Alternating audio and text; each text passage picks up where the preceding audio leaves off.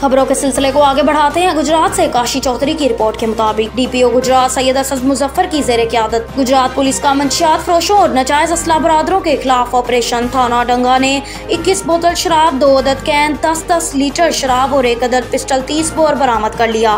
थाना रहमानिया ने 10 लीटर शराब बरामद करके मुकदमा दर्ज कर लिया। तफसीलात के मुताबिक डीपीओ गुजरात सैयद असद मुजफ्फर की ज़ेरे क़यादत गुजरात पुलिस की मंशियात फरोशों और नाजायज असला बरादरों के खिलाफ कार्रवाइयाँ जारी हैं। डीएसपी खारियां सर्कल मलिक इरफान सफदर की ज़ेरे निगरानी एसएचओ थाना डंगा इंस्पेक्टर मुजाहिद अब्बास ने अपनी पुलिस टीम के हमरा मंशियात फरोशों के खिलाफ कार्रवाई करते हुए मुलजिम सरफराज वल्द फयाज सकना कश्मीर कॉलोनी राहवाली कैंट गुजरावाला से 21 बोतल शराब, 2 अदद कैन, 10-10 लीटर और 1 अदद पिस्टल 30 बोर बरामद करके मुकदमा दर्ज कर लिया।